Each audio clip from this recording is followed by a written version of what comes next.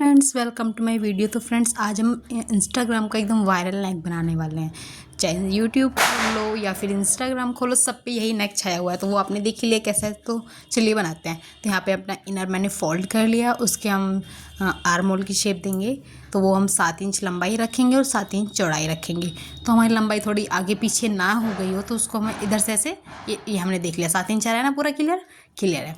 उसके बाद हम अपने जो हम शेप देते हैं जहाँ से, उसको भी थोड़ा से आगे तक कर लेंगे।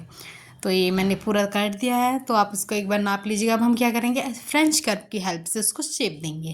तो यहाँ पे मैंने फ्रेंच कर्व ले लिया, तो आधा इंच एक्स्ट्रा लेते हुए शेप के लिए कंधे पे जो हम आधा इंच एक्स्ट्रा लेते हैं ना, वही यह हमने आधा इंच एक्स्ट्रा निकालते हुए इसकी हमने शेप दी है। आपके पास फ्रेंच कर्व नहीं है तो आप अपना आराम से अपने हाथों से भी लगा सकते हैं इंची टेप की हेल्प से। अब नेक के लिए हम 2.5 इंच की चौड़ाई लेंगे। ये मैंने 2.5 इंच लिया है। ये देखिए बहुत ही ईजी तरीका है, बहुत ही अच्छे से आपको समझ आएगा, ध्यान से देखिए।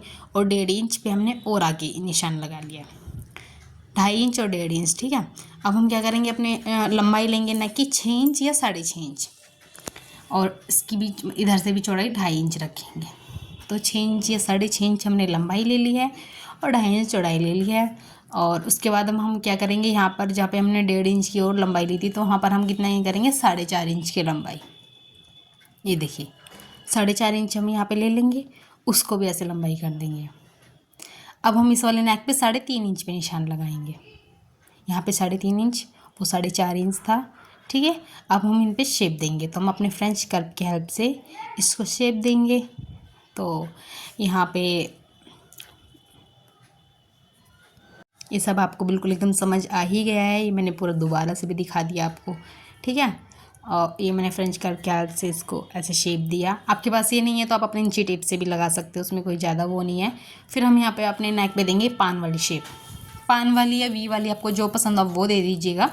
और शेप आप अपने आप मतलब वो किसी चीज़ की हेल्प से कहाँ, वो खुद ही लेना, पर शेप बहुत अच्छे से देना, क्योंकि ये शेप ही इस नेक में जो दिखती है वही एकदम मेन पॉइंट होता है। वही अगर अच्छी होगी ना तो आपको नेक बहुत ही सुंदर लगने वाला है। उसको आप काई में भी बना, किसी भी चीज़ में बना सकते हो। आप अपने सूट के उसमें ही बना सकते हो, ब्लाउज में ही बना सकते हो, आप कहीं पे ही बना सकते हो।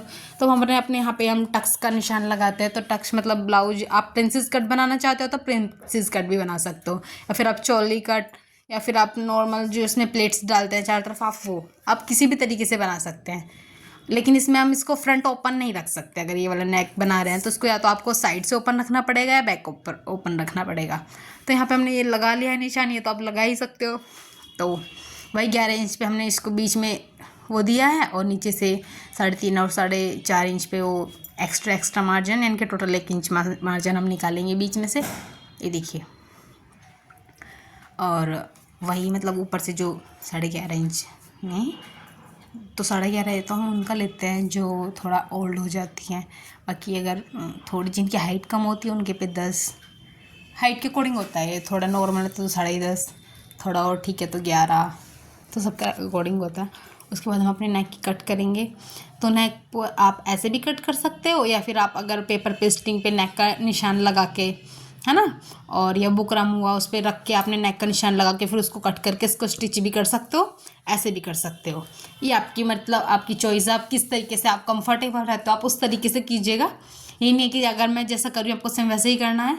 बस कटिंग मतलब निशान लगाने का तरीका देख लीजिए कि किस तरीके से निशान लगाया है। बाकी आपको जिस तरीके से कंफर्टेबल होगा, आप जिस तरीके से कर सकते हो आप उस तरीके से कीजिए। उसके बाद हम अपने यहाँ पे ब्लाउज का भी कटिंग करेंगे। तो ये भी हमारा इनर है, हम यहाँ पे निशान लगा रहे हैं। एक तो ये बच्चे इतना पटाखा जला रहे हैं ना, बार बार डिस्टर्ब कर रहे हैं। तो यहाँ पे हम अपना फ्रंट का ही कटिंग कर रहे हैं, तब तक मैं कटिंग करती हूँ। और आप भी एक काम कर दीजिए जो सबसे ज़्यादा इम्पोर्टेंट है, वो है क्या, वीडियो को लाइक शेयर और सब्सक्राइब कर दीजिए। ये जो बेल दिख रहा है ना आपको, बेल दिख रहा है रेड कलर का, इसको दबा दीजिए, सब्सक्राइब कर दीजिए। तो यहाँ पे हमने ये अपना सारा कट कर लिया है। ये देखिए मैंने देखो कितनी, मतलब मैं आपको थोड़ा थोड़ा दिखा रही हूँ कि कैसे शेप आने वाली है।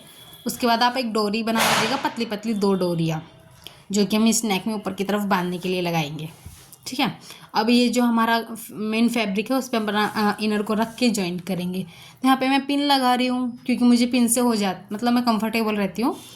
अगर आप मतलब बिगनर्स हो या फिर आपकी थोड़ा कपड़े में झोल आ जाता है, अगर मशीन से कच्चा करते हो या फिर पिन विन वगैरह लगा लगा के, तो आपको ना मैं एक बहुत ईजी सा तरीका बता रही हूँ, आप ना सुई धागे की हेल्प से कच्चा कर सकते हो। जी हाँ, उससे आपके मतलब कपड़े में थोड़ा झोल या कुछ भी प्रॉब्लम नहीं आती है, बहुत इजी तरीके से सिल जाता है। इवन जब मैंने स्टार्ट किया था स्टिच करना, तो मैं भी वही यूज़ करती थी, सुई धागा लेके पहले कच्चा करती थी, उसके बाद स्टिच करती थी। उसमें बिल्कुल भी थोड़ा झोल या कुछ नहीं आता, बहुत फिनिशिंग आता है। ये सब चीज़ें मैंने मतलब मुझको काफ़ी टाइम हो गया करते करते, तो मैंने स्टार्ट कर दिया। तो फिर हम कट करेंगे। तो पहले अभी हम अपना, ये हमारा फ्रंट पार्ट हो गया, ये हमारा बैक पार्ट हो गया। तो मैंने तो बैक से ही ओपन रखा है, आपको जहाँ से ओपन रखना हो वहाँ से रख लीजिएगा, वो आपकी चॉइस है। तो यहाँ पे मैंने बुकरम लेके उस पर करके निशान लगा के, निशान मतलब जो अपना इनर था वो रख के, और तब कट करके ये मैंने अब बुकरम पे कर लिया है। आप पेपर पेस्टिंग वगैरह आप किसी भी चीज़ पे कर लीजिएगा। तो मैं पहले पिन से लगा के इसको वो कर रही हूँ, ताकि कपड़ा इधर उधर भागे ना, सिक्योर कर रही हूँ। तो मैंने यहाँ पे लगा लिया है। अब जैसे यहाँ पे कॉर्नर आते हैं ना ये, तो यहाँ इस वाले कॉर्नर पे हमको, जो मैंने आपको बोला था कि आप अपनी डोरी बना के रख लीजिएगा, तो हमको नीचे से ऐसे डोरी लगानी है।